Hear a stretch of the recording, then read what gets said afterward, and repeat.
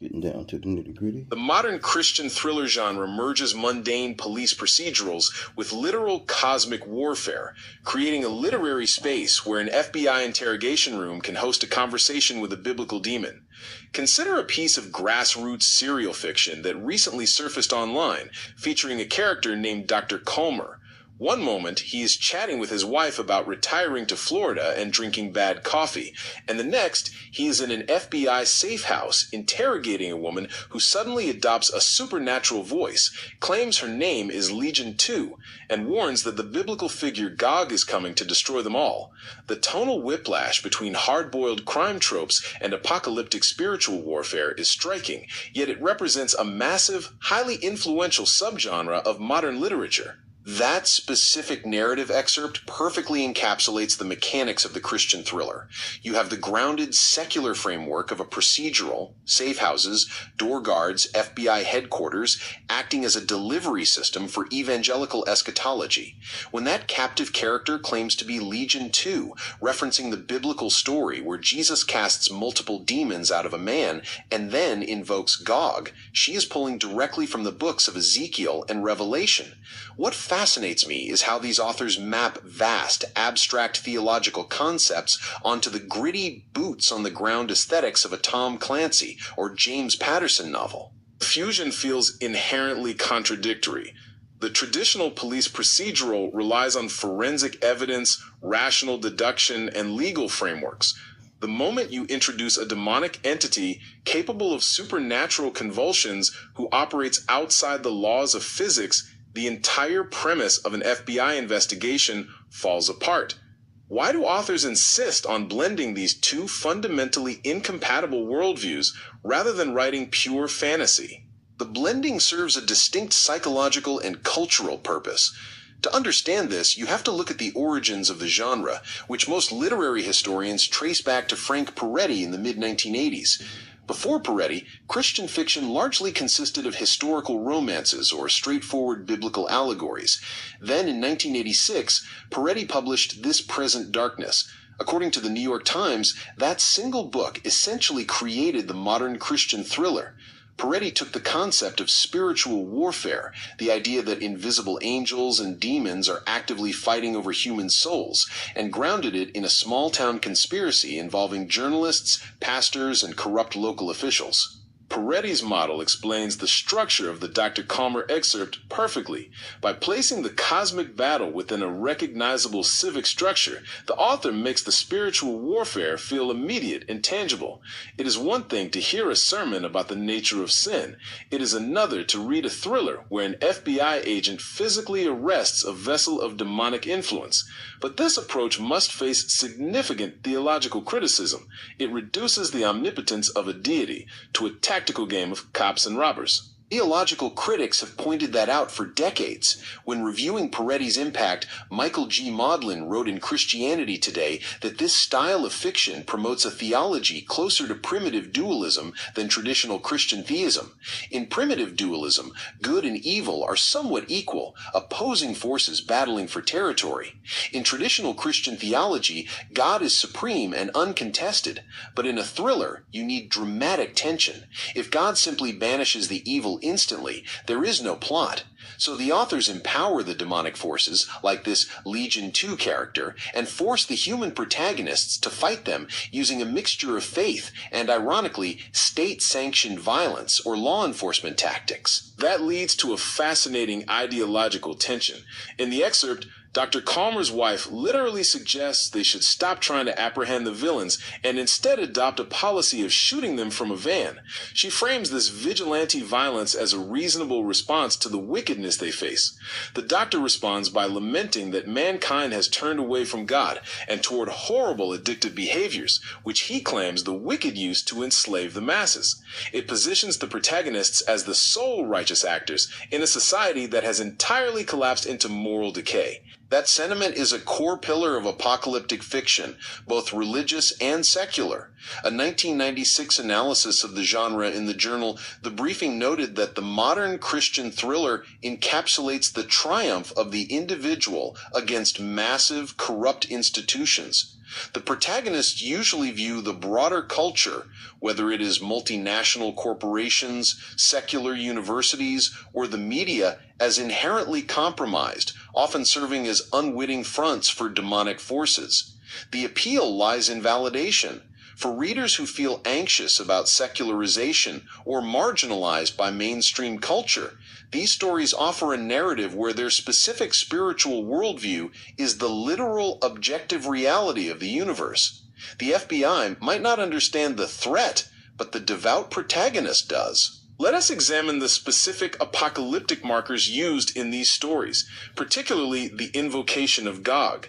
In the text, the demon's ultimate threat is simply, "Gog is coming! You all are going to die!" For a secular reader, that sounds like a generic fantasy villain, but in the context of biblical prophecy, Gog carries an immense weight that shapes the geopolitical outlook of millions of people. Gog and Magog appear in the book of Ezekiel and later in the book of Revelation. Historically, they function as apocalyptic ciphers. According to research published in the journal Geopolitics, readers and authors of premillennial dispensationalism, a specific framework for interpreting biblical prophecy, frequently map these ancient names onto contemporary geopolitical rivals. During the Cold War, many evangelical writers identified Gog as the Soviet Union. Today, interpretations shift to other global adversaries. When the demon in the story threatens that Gog is coming, she is signaling an end times military invasion that will trigger the final sequence of biblical prophecy. Which explains Dr. Calmer's reaction. He counters the demon by stating his knowledge that God's prince, Michael, will stand up and defeat Gog. He treats the book of Daniel not as a religious text, but as an operational intelligence briefing. He knows the enemy's battle plan because it was published thousands of years ago. This creates a bizarre narrative loop where the suspense relies on the characters forgetting or doubting the prophecy, even though the text treats the prophecy as an absolute certainty. It is a structural paradox. If the victory of good is preordained by Scripture, how do you maintain stakes for the reader? Authors solve this by focusing on the collateral damage. The ultimate war might be decided, but the immediate survival of the characters, their families, and their local communities is constantly under threat. You see this dynamic scaled up in the Left Behind series by Tim LaHaye and Jerry B. Jenkins. Those books took the framework Peretti established and applied it to the global tribulation, resulting in tens of millions of copies sold. The grassroots fiction we are discussing operates in that exact shadow, attempting to replicate that blockbuster blend of high-stakes action and doctrinal certainty. The proliferation of this grassroots fiction is equally compelling. The amateur nature of the excerpt, complete with awkward dialogue about making bad coffee and bizarre pop culture references, suggests a vibrant, decentralized community of self-published authors writing these stories. They are not waiting for major publishing houses to greenlight their work. They are taking the thriller template and applying their own theological lens, distributing it directly. The internet has democratized the Christian thriller. In the past, gatekeepers at religious publishing houses ensured a certain level of theological consistency and literary polish. Now anyone can write an episodic serial where an FBI agent debates eschatology with a demon. This lack of editorial oversight allows for fascinating glimpses into the unfiltered anxieties of the authors. The fears expressed in these stories are highly specific: addiction, societal decay, the infiltration of government agencies, and the imminent arrival of a global catastrophic force. It is raw cultural data disguised as pulp fiction.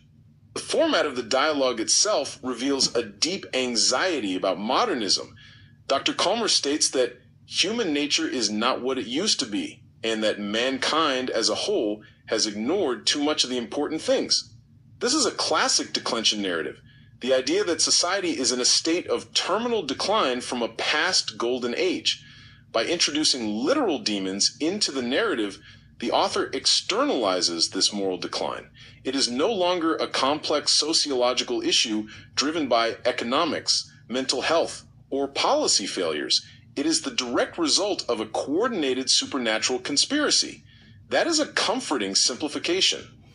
Comforting and empowering. If the source of societal decay is a network of demons rather than systemic socioeconomic issues, then the solution is clear: spiritual warfare and righteous force. The book Understanding Apocalyptic Terrorism explores this mindset across various cultures, noting that apocalyptic narratives often categorize the world into strict binaries of righteous victims and demonic oppressors. While most readers of Christian thrillers simply enjoy them as exciting fiction, the underlying framework validates a worldview where compromise is impossible because you cannot negotiate with a literal demon. That binary creates a rigid narrative structure. The villain cannot have a sympathetic backstory or a nuanced motivation. Legion 2 is not a misunderstood antagonist driven by trauma. She is a vessel for pure, unadulterated evil, evidenced by her supernatural convulsions and collective voice. The only valid response from the protagonist is forceful subjugation, hence the FBI interrogation room setting. The state's monopoly on violence is co-opted for a holy war, which brings us back to the inherent awkwardness of the genre. The authors want the thrill of a Tom Clancy novel, the guns, the safe houses, the tactical jargon, but they also want the moral absolute of biblical scripture. Merging those two elements requires a massive suspension of disbelief. You have to accept a universe where demons exist and operate ancient cosmic conspiracies, but still manage to get caught by human door guards and held for questioning by federal agents. It is a collision of scales. The mundane details of daily life, missing a spouse, brewing a cup of coffee, planning a retirement in Florida, sit adjacent to the impending apocalypse and the arrival of Gog. This juxtaposition may be awkward, but it successfully captures a specific human experience, living ordinary lives while holding a firm belief in an imminent, world-ending cosmic event. The Christian thriller genre, in all its polished and unpolished forms, serves as a mirror for this dual existence, translating ancient prophecies into the language of modern suspense. Send this episode to someone who appreciates a deep dive into the strange intersections of pop culture and ideology.